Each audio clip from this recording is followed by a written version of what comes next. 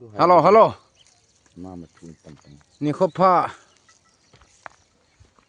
งำเต็บลังเห็นลังอัสสามนากาแลนกูแกล้งก่อนลิงแล้วมออย่างละลายจอนป่าวะก่อนนิน The morning wish กันบอกเลยยิงกะพาเสียดีเจ็ดจุดนินนี่จนตำเสียเลยลินเลี้ยงลุเต้าตินฮัลโหลฮัลโหลไอ้กี้ viewers มายาม650มันนุ่งดะเลยบิริบะตินกางกุลินกาบะมาพมดะเลยริบะमेरा चनुसा कम कम तौरीगे हाँ मेरा चनुसा चपसा कम कम तौरूगे हाँ मेते दी मेनी मार्विन ना थत्पीरे दो नत्रो अरे दो अखोय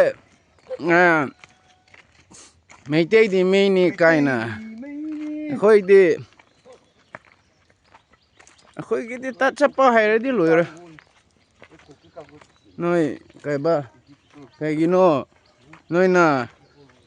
नरम चत नरेबा नफरु nga ke hai dana mi gi imung dana thau leitena na thau thi da duna content da upload to ga mi gi family gi mi gi matang da dum katu karang ngar ka thim ka nga ga noi gi lam chat ti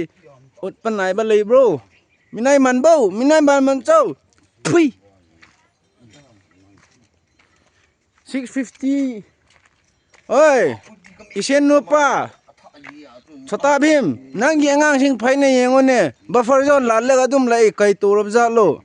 ha buffer zone lal le moi hidak phada kare ka edik ngak ta nai yu li si kai no nai kamai na noi lan thing na noi no ha seng mai hu yik phau seng mai mai rang adu da buffer zone si kai mata tak pi de za lo ajiwal ku hat su hat ning de minai man bakang bungak ta minai man minai de su minai ne ba nang ngang sing si ya de su ya de nuga ma thong marang khang da na kai baro ma chal hai bra spec hapin pi khun ama community ama khatna ba gummada noi adu gumma photo video si collect toraga irang sagat na nga si kai ino noi na dum diji laga tawri si tongno achumba natraga na paudam aphaba ngangba ngamdra di to ko noi si di ei bap mata ta ba ngamdre kana si lawai ui doiro ha imphal de gi atuk da leiba sing si lawai ui doiro natraga imphal de leiba sing si lawai ui doiro natraga kana si mitera khangdre ba ho saknai gumba kakching gumni moi di ka soi khre clear oi re among da leiba sing si kanana lawai ro kanana khongchang hu phun kari kara leiba sing si kanana meite sing ba ui doiro kana sina sana mahi laina kana kari noi karam basina karino si ai bhapta amta tadre ba hoi leitana kuki leitana noi mai pakpa mapham lana kai nta leram de khangba hoi kuki na noi ge lamloi na ngak pirama hojing noi na sau thoga kai no turi si ei bhap men ta tadre aduna noi to si noi num phangra kani awa chai thing si dum phangra kani noi na to ba noi na phangdoi ni go ado aina video ma tha bi re ku clean view uning raga noi lan ma ngam de bu ado I voice to editing to silaga thangting ga I ko bru ka I kai na ha to aduga to si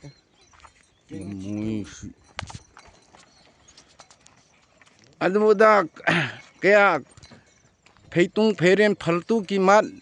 adugum de kya ngang ning de ko adubu no gi free movement ya de kai gumba lan bu loram ba noi kang po pi lan de na di ma pu kom chak ka redin angang da lising tra ahan laman lising kun tax pi doi ni noi ILP pass card e khoi sem bi doi ni habi noi si illegal migrant foreigner saib de noi ni na ko horok phom khang da ba no gi horok phom di ko bo veli ni homole noi minai ni oi re veli phom do ni khang abo thu chop sha thu yo man ba pai olokhi mi ki thi minai ati thang kang noi na tori bai lola si nam ta cha de zagon ma ta cha de bo na ba kha gyan ta na leise bap ta da so ko singo chaning ataw tin zat number 4 jot yong na ki hat lo lai ham na tele ro masal nang yong video ipi viral ha pon hon le yo po hi ipida community khat la khat kina na ding ti hoy na se hamna pis na se thelo la thi be chan mi ti ho ki se hin chan ge hin bet chung chai pi wa skip le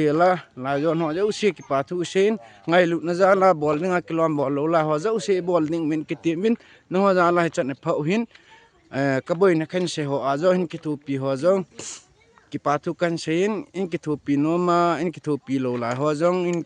lim ne jing win ye chon ma ba na ki mu tu ki ding kinia min pathian hi ki gal do tin tu ni chan ya